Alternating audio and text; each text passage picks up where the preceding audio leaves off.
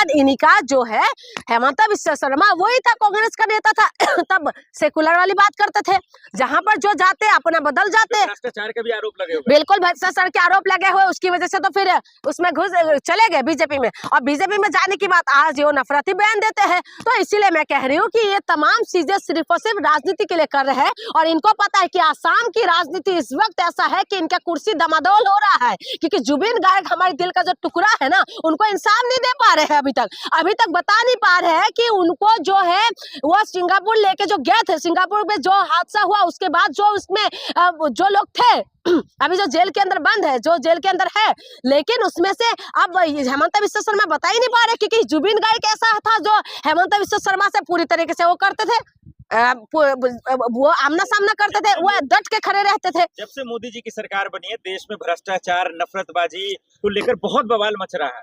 क्या वजह लग रहा है, क्यों नहीं कंट्रोल हो पा रहा है? अरे कहाँ से कंट्रोल होगा, जो भ्रष्टाचारी इन्हीं की उसमें है। पहले कहते चक्की पिसिंग पिसिंग पिसिंग पिसिंग पिसिंग पिसिंग, फिर उसके बाद क्या हो गया, चक्की पिसिंग नहीं, अब कमल खिलिंग खिलिंग खिलिंग खिलिंग खिलिंग खिलिंग हो गया, और जो चक्की पिसिंग वाले सब इसमें आके शामिल हो गए। भ्रष्टाचार के आरोप चाहे हेमंत बिस्वा शर्मा हो, सुरेंद्र अधिकारी हो, और अजीत पवार जो नाम कह रहे हैं, ये तमाम जो है भ्रष्टाचार में आरोपी तो थे, लेकिन ये सब इसमें शामिल हो गया तो दूध का धुला हुआ हो गया है। तो आपको क्या लगता है कौन इंसाफ करेगा, और कौन इंसाफ करने के लिए रहेंगे? जो कहते हैं बेटी बचाओ बेटी पढ़ाओ, वही सबसे ज्यादा वो हो गया, बेटियों का बलात्कार करने वाले हो गए। सुरक्षित है ये ना बीजेपी राज में? अरे भाई बहुत सुरक्षित है, बेटी होके एक बेटी सुरक्षा की बात मत ही करिए तो अच्छा है। बेटी सुरक्षा की बात दिल में हाथ रखो। मैं नॉर्थ ईस्ट से आती हूँ, मणिपुर के अंदर नंगा करके महिला को किसने घुमाया था भाई?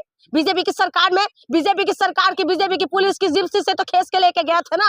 और उसकी बात आप कहते हैं बेटी बचाओ बेटी पढ़ाओ, भ्रष्टाचार के आरोप लगे हुए इस सरकार के ऊपर। ये तमाम जो है भ्रष्टाचारियों को तो इनके अंदर इन्हीं में समा लिया है। और जो भ्रष्टाचारी आ जाओ हमारे अंदर समा जाओ, जो बलात्कारी आ जाओ हमारे अंदर समा जाओ, और जो भी है ऐसे हरकतें करने वाले बलात्कारी आसाराम बापू, राम रहीम, तमाम जो नेता, तमाम जो बाबा है, ये इन्हीं के अंदर तो समाये हुए है ना। इन्हीं की तो पैरों में गिरते रहते हैं ये लोग। जो कोर्ट से बलात्कारी बताए उनको पैरोल में बाहर मिलते हैं, और आप कह रहे भ्रष्टाचारी, ये भ्रष्टाचारी के खिलाफ काम करेंगे?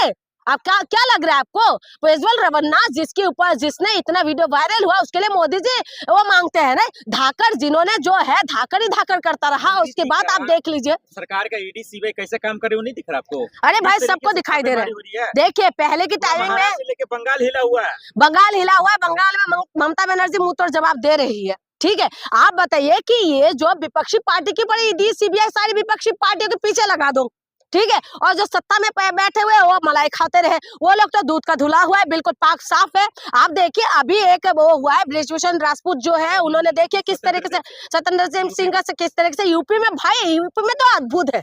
यूपी में तो अपनी सरकार अपने लोगों को किडनैप कर लेते हैं, अपनी सरकार पुलिस की वर्दी में पहनेंगे, वही बलात्कार करके घुसते रहेंगे। हम नाबालिग बच्ची के साथ बलात्कार करते हैं। आप बताइए कि यूपी में तो अद्भुत कारनामा चल रहा है। उसके बाद यूपी के अंदर ही शंकराचार्य जी जो है वो आदित्यनाथ से कागज मांगते हैं, आदित्यनाथ उनसे कागज मांगते हैं। सच्चा हिंदू नकली हिंदू बताओ। तो इसीलिए मैं कह रही हूँ बीजेपी सरकार जो मोदी जी को गाली दे रही है। बिल्कुल बिल्कुल बिल्कुल, मैं भी नकली हूँ भाई, मैं भी बाप बदल लेती हूँ बार बार। कभी मेरा मोदी मेरा बाप बन जाते हैं और कभी मेरा बाप नहीं बनते। जब ये के तो बाप है, लोग तो उनको पूछते ही मेरे बाप नहीं है, सुनो वो ना नेता है, और मोदी जी हमारा नेता है, और हम उनको प्रधानमंत्री मानते हैं। जो बाप बदलते हैं ना, हम बाप बदलने वाले में से नहीं है। हम लोग जो है हम सच्चाई के साथ है, और हम लोग आवाज उठाते हैं। इसमें अब हिंदू नहीं हिंदू के सवाल मत करिए, सवाल ये करिए कि हम इस देश की मिट्टी में हमारा खून मिले हुए है, और इस देश के अंदर ना संविधान के द्वारा चलते हैं, और हम संविधान को मानने वाले लोग हैं। आखिर में एक सवाल बता दीजिए, प्लेन क्रैश हुआ है जो महाराष्ट्र में, क्या कहेंगे आप उस पर? देखिए प्लेन क्रैश हो रहा है, भ्रष्टाचार का आरोप इन पे भी लगा रहे थे। अब सबसे बड़ी बात ये देखिए कि जो अजीत पवार ने क्या बोला था कि सारी चीजें है भाई इनके हाथ में,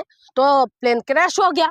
उससे पहले विजय रूपानी जी देखिए बीजेपी का ही नेता था, मुख्यमंत्री रहे गुजरात का, उनका भी प्लेन क्रैश हुआ। और बिपिन रावत क्या नाम था उनका, हाँ उन्हीं का भी प्लेन वो हुआ था। तो तमाम जो है ये बीजेपी वालों की उसमें सरकार में प्लेन क्रैश हो रहा है। ये सोचने वाली बात है कि प्लेन क्रैश हो रहा है, वो भी उनके मंत्रियों का, बड़ी बड़ी पद में रहने वाले मंत्रियों का प्लेन क्रैश हो रहा है, और आए दिन जो है, आए दिन ट्रेन टकरा रहे हैं, आए दिन ट्रेनों का एक्सीडेंट हो रहा है, कोई बोलने वाले नहीं, कोई सुनने वाले नहीं, और सबको ये लगता है हिंदू मजबूत हो गया। लेकिन क्या दुख की बात यह है कि यूजीसी आ गया तो क्या हुआ कि जो हिंदू को मजबूत करने वाले थे वो भी रोड पे आ गए। तो इसीलिए मैं कह रही हूँ, ये बीजेपी किसी का भी सगा नहीं है, इनको पहचानिए और जनता को अपने मुद्दे पे आइए, तभी देश का विकास हो सकता है। हेमंत बिश्व शर्मा जो है वो कांग्रेस का ही नेता रहा है, ठीक है, मुसलमानों की पर राजनीति करके इन्होंने कांग्रेस से नेता बना, हेल्थ मिनिस्टर भी रहा और तमाम पदों में जो है इन्होंने रहा है।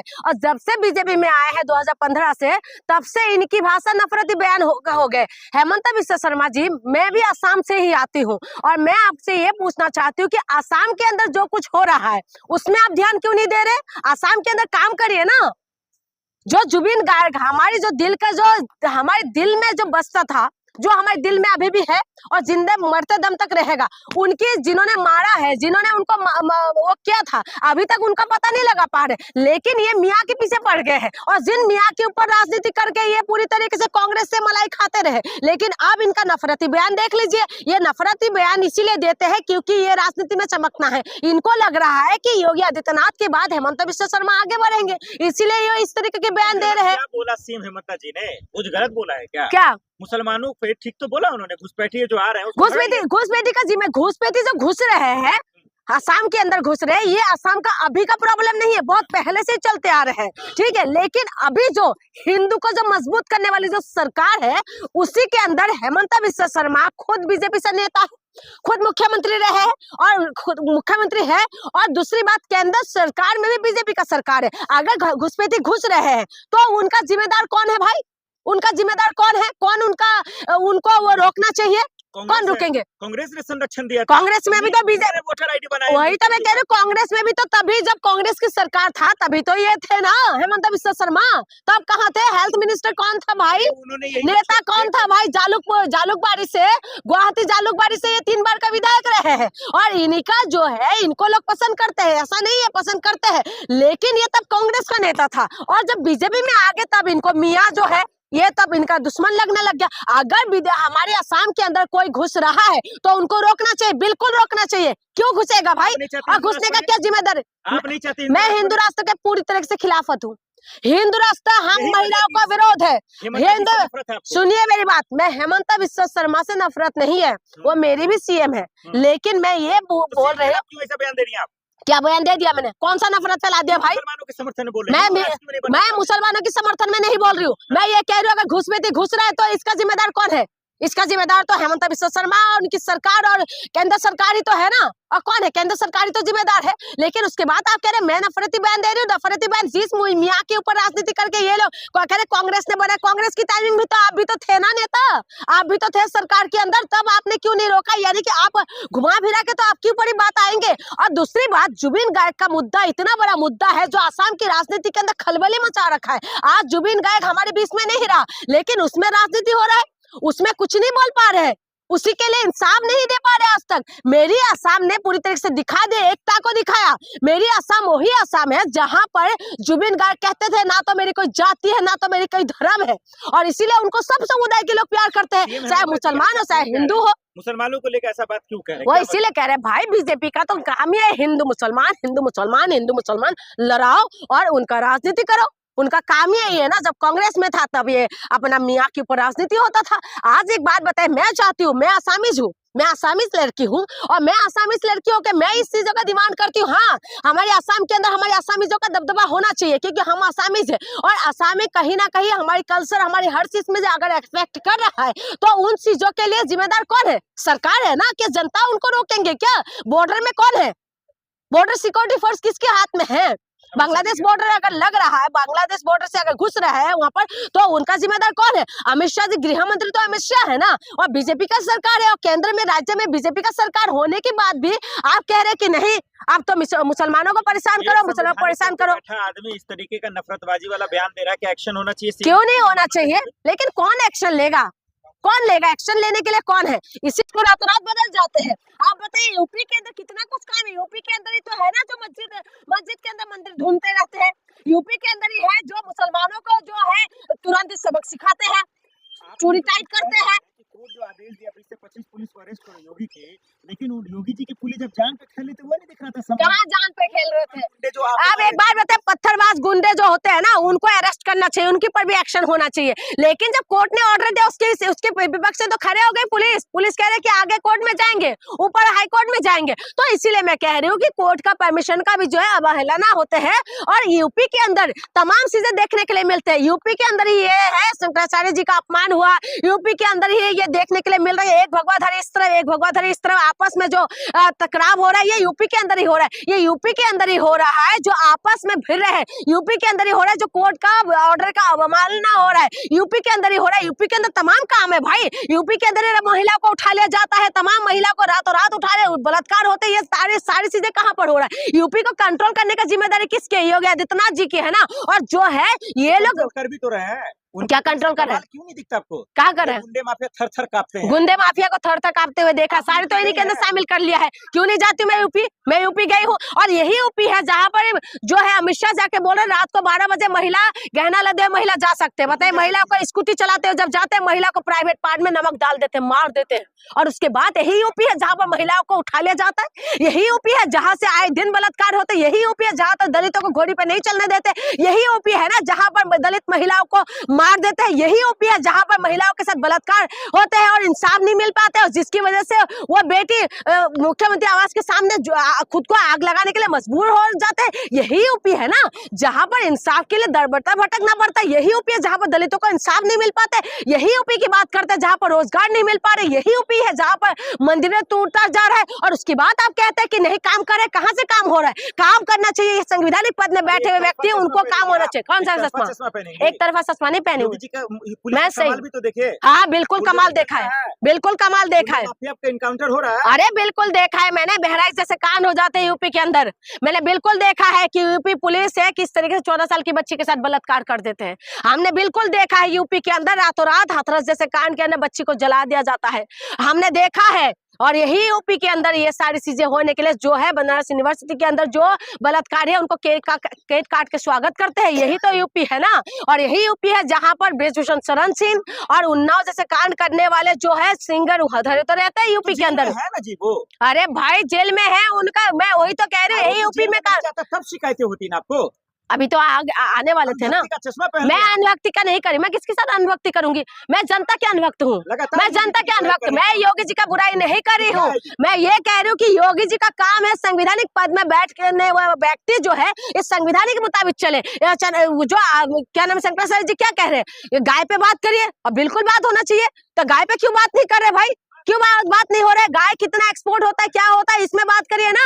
ये सच्ची में बात करिए। हम गाय को, हमारे देश ही है ना जहां पर, भारत ऐसा देश है जहां पर हम लोग जो है गाय को माता मानते हैं। भारत ऐसा देश है जहां पर जो है महिलाओं को जो है माता मानते हैं, देवी मानते हैं। भारत ही ऐसा देश है जहां पर जो है माँ गंगा को यानी कि नदियों को पूजा जाता है। लेकिन भारत ही ऐसा देश है जहां पर नदियों को सबसे ज्यादा गंदा मिलते हैं। भारत ही ऐसा देश है जहां पर महिलाओं को पूजा जो जाता है देवी बन के, लेकिन भारत में ऐसा देश है जहां पर महिलाओं के साथ खुलेआम बलात्कार करते हैं। और भारत ही ऐसा देश है जहां पर गाय के नाम पे जो है गाय को पूजा जाता है, लेकिन गाय के ऊपर कोई बात करने के लिए तैयार नहीं हो रहे। आप शंकराचार्य सिखाएंगे योगी जी कैसे राज्य चलाएंगे? कौन? शंकराचार्य जी सिखाएंगे। शंकराचार्य जी अभी तक तो सिखाया नहीं था। शंकराचार्य जी तो धर्म का काम कर रहे हैं, लेकिन आप बताइए ना गाय का अरे गाय की बात करें तो कौन सा गलत बात कर रहे हैं? गाय की बात करें तो कौन सी गलत बातें कर रहे हैं? को जेल में डाल देना चाहिए। अरे मेरी बात सुनिए, जेल में कौन जाएगा नहीं जाएगा ये तो क्या कानून फैसला करेगा। लेकिन एक बात तो सच्चाई ये है कि देश के अंदर गाय पे बात होना चाहिए। लेकिन आप दुख की बात यह है कि इंसानों का कीमत नहीं है इस देश के अंदर, इंसानों को इंसाफ नहीं मिल पाते। लेकिन दुख की बात यह है कि ना तो ये गाय की बात करते हैं ना तो इंसान की बात करते हैं। ये जो अभी मौजूदा सरकार है, बीजेपी जो सरकार है, ना तो इंसानों की है ना तो जानवरों की है। ये सिर्फ और सिर्फ अपने मतलब की बात करता है और अपने दाएं बाएं में घूमते हैं। ये लास्ट बात मैं कहूंगी कि यूपी के अंदर ही राम मंदिर बने थे, यूपी के अंदर राम मंदिर है और राम के नाम पे वोट मांगते हैं और राम के नाम पे ये लोग धंधा करते हैं। और राम ने जिस तरीके से सीता मैया को उठा के लेके गए थे, रावण की लंका को जला दिया है, लेकिन इनके अंदर दम नहीं है कि बलात्कारियों को ये लोग उनके ऊपर बुलडोजर चलाए, बलात्कारियों के पक्ष में ये लोग खड़े हो जाते हैं, बलात्कारियों को ये लोग दोषी ठहराने के लिए इनके अंदर हिम्मत नहीं होते। इसीलिए मैं कहती हूँ ये यूपी है मेरे भाई, और इसीलिए मैं कह रही हूँ कि 2027 की ये सब तैयारी है, जनता अपने मुद्दे पे अड़े रहे। जिस तरीके से लोकसभा चुनाव में दिखाए उस तरीके से विधानसभा चुनाव में भी एक बार कमाल दिखाए तो मजा आ जाएगा। कौन सही है कौन गलत है इसका फैसला तो मैं नहीं कर सकती हूँ, लेकिन एक बात की सच्चाई है कि यहाँ पर जो है इस देश के अंदर जो है मेन जो मुद्दे से भटक रहे हैं और जो हिंदू की रक्षा की जो बात करते हैं योगी आदित्यनाथ, खास करके मजबूत हिंदू का जो सभी है वो उनके ऊपर डेंट तो जरूर शंकराचार्य जी ने लगा दिया है। और जिस तरीके से आपस में जिस तरीके से भिड़ रहे हैं, ये सोचने वाली बात है कि जिस यूपी के अंदर तमाम चीजें हैं लेकिन उस चीजों को दरकिनार करके इस तरीके से भिड़ रहे हैं, ये सोचने वाली बात है। और शंकराचार्य जी से पहले तो कागज मांगा, अब शंकराचार्य जी ने ये बोला है कि 40 दिन के अंदर बताए योगी आदित्यनाथ सच्चा हिंदू है या नहीं है। तो ये सोचने वाली बात है कि एक भगवाधारी इस तरफ एक भगवाधारी इस तरफ, इस बार जो है योगी आदित्यनाथ जी से सही इंसान टकरा गए हैं। इस बार जो है इस बार सही तरीके से टकराया और इस बार पता चलेगा कि सही कौन है गलत कौन है। लेकिन शंकराचार्य जी की तरफ से जो है जिस तरीके से बोला गया है योगी आदित्यनाथ को सचमुच में इस बार मुश्किलों में डाला है। लेकिन मैं ये कह रही हूँ कि ये सच्चा हिंदू और नकली हिंदू की बात ही नहीं है, बात यह है कि देश के अंदर जो हिंदू है और खास करके उत्तर प्रदेश के अंदर जो हिंदू है उनको ये चीज समझना पड़ेगा कि आप अपने मुद्दे से आपके मुख्यमंत्री जो भटक रहे हैं, शंकराचार्य जी जाते थे उनको नहाने दे देते, चले जाते, खत्म हो जाते, लेकिन शंकराचार्य जी वही है जिन्होंने योगी आदित्यनाथ के ऊपर सवाल किए थे। जिस वक्त कुंभ लगे थे उस वक्त भागदौड़ में कितना लोग मरा था, क्या कुछ हुआ था, उसमें शंकराचार्य जी ने सवाल किया था, लेकिन चातुकारिता नहीं करी। जिस तरीके से बागेश्वर बाबा ने बोला था कि जो यहाँ पर लोग मरे थे वो स्वर्गवासी हो गए हैं। तो इसीलिए मैं कह रही हूँ योगी जी को बहुत कोस लिए, लेकिन शंकराचार्य जी नकली है ना। कहाँ से नकली है? क्यों कैसे बोल दिया? क्यों बोलेंगे आप ऐसे? शंकराचार्य जी के लिए ऐसे बोलेंगे आप? देखिए हम शंकराचार्य जी का विचारधारा जो भी कुछ है, लेकिन ये हिंदू का बहुत बड़ा चेहरा है और इसमें आप कैसे बोल सकते हैं कि वो गलत है सही है? क्योंकि क्यों उन्होंने तो बोला कि कोर्ट में क्या कुछ चल रहा है, सब कुछ बता दिया, सब कुछ बता दिया। और उसके बाद शंकराचार्य जी ने बोला कि योगी आदित्यनाथ जी बताए कि भाई वो योगी मुख्यमंत्री है, वो योगी है, संत है, उनके लिए दिखाना। संत का भी मुख्यमंत्री बनते हैं, क्यों वो मुख्यमंत्री बनेंगे? आप बताए संवैधानिक पद में बैठे हुए इंसान जो है बराबरी का बात करना चाहिए, लेकिन योगी आदित्यनाथ जी क्या करते हैं? कभी 280 की बात करते हैं, कभी जो है बटोगे तो कटोगे इस तरीके से बात करते हैं। उनको बात करना चाहिए मेल मिलाप कि संवैधानिक पद में जब बैठा हुआ व्यक्ति होता है वो संविधान की कसम खा के उस पद में बैठते हैं। और हमारे संविधान कौन कहते हैं? कौन मचाया हुड़दंग? कौन हुड़दंग? अच्छा हुड़दंग कौन मचा रहे थे भाई? कोई शंकराचार्य जी हुड़दंग नहीं मचा रहे थे। कहाँ से पुलिस ने किसकी पिटाई करी थी? श्रद्धालु की ठीक तो किया भाई। अच्छा कानून को हाथ में लेंगे तो क्या? कहाँ से कानून हाथ में लिया भाई? तुम्हें एक बात बताओ, किसी देखिए मैं ब्राह्मण बात की खिलाफत करती हूँ, लेकिन मैं ब्राह्मणों का खिलाफ नहीं हूँ। किसी भी छुट्टियां पकड़ के उनके पकड़ के उनको मारना ये किस कहाँ पर सही है? ये बताइए ना, कहाँ से सही है? ये सही नहीं है, ये सही नहीं थे। तुम किसी की छुट्टियां पकड़ के किसी की पगड़ी उछाल के किसी का वो उसका जो उनका सिंबल होता है उनको तुम मारोगे पीटोगे इस तरीके से, ये नहीं है। आप उनको कंट्रोल में ले सकते थे। और क्या वो लोग दंगाई थे क्या? आप बताइए इस तरीके से बर्ताव करना किस हद तक सही है? और दूसरी बात यह है कि आप हमला करेंगे वो ठीक है। कौन हमला कर रहा है? ये लोग कर ही रहे हैं ना। कौन कहाँ से हमला कर दिया? भाई कहाँ से हमला कर दिया? इतनी भीड़ क्या? अरे भाई कितना लोग भीड़ हो गए, तुमने देखा है क्या? तुमने देखा? ये लोग तो भागदौड़ को तो कंट्रोल कर नहीं सकते, इनकी बस में नहीं है। ये लोग तो बच्ची के साथ बलात्कार कर देते हैं यूपी पुलिस में। हाँ, ये तो बच्ची के साथ बलात्कार कर देते हैं। उसके बाद ये कहते हैं रात को सबको रातों रात जला देते हैं। और उसके बाद आप कहते हैं कि नहीं ये जो शंकराचार्य जी हुड़दंग मचा, देखिए वो शंकराचार्य है, वो धर्मगुरु है, ठीक है। और दूसरी बात इस तरीके से किसी के साथ अपमान नहीं करना चाहिए, वो छोटे मोटे इंसान नहीं है। तो इसीलिए मैं आपको कह रही हूँ कि यूपी के अंदर बहुत सारा काम है। यूपी के अंदर जो है आप बताइए कि FIR करने के लिए जो परमिशन देते हैं, जो ऑर्डर खुशी मनाई, आप तो हिंदू है, आपको क्या दिक्कत है? तू चल भाग जा यहाँ से, भाग जा। आया और चाटुकार बन के भाग जा।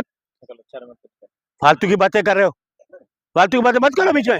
बयान गलत कैसे सर, ये बताएंगे ना आप? बिल्कुल ज्ञान गलत है। एक सुने किसी समुदाय के लिए ऑन कैमरा प्रेस कॉन्फ्रेंस में बोलना ये संविधान के खिलाफ है, समझ गए?